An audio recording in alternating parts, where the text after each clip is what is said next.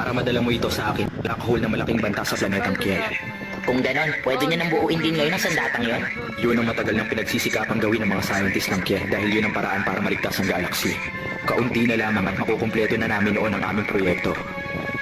Kaya lang, nabigo kaming hanapin ang mga batong yan na bubuo sa Mithril.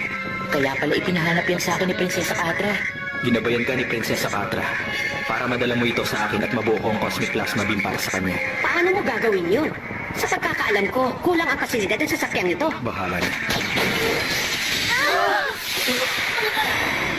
Surugi! Anong problema mo? Bakit may baril ka? Ibaba mo yan! Delikado yan! Walang kikilos. Ano ba nangyayari sa'yo? Surugi! Huminahon ka!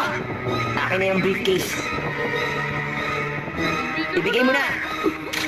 Paparilin kita kung hindi mo ibibigay sa akin yan. Ano ba pumasok sa utak mo? Surugi, ibaba mo na yan. Pag-usapan natin to.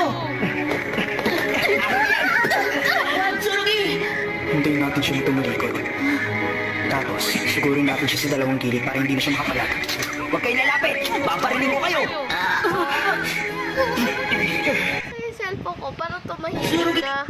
Ano ka ba? Pakiusap, pakawalan mo siya! Impostor ka! Hindi kasi Surugi! Kung hindi ikaw si Tsurugi, sino ka? Sabihin na lang natin na hiniram ko muna ang mukha ni Tsurugi Kyosuke at minanmanan ko ang bawat galaw ninyo. Kung ganun tama ang hinahanap ko, ano ha? Nakakaibag ka! Tama ang kutob ko sa kanya. Anong ginawa mo kay Tsurugi? Nasaan na kayo?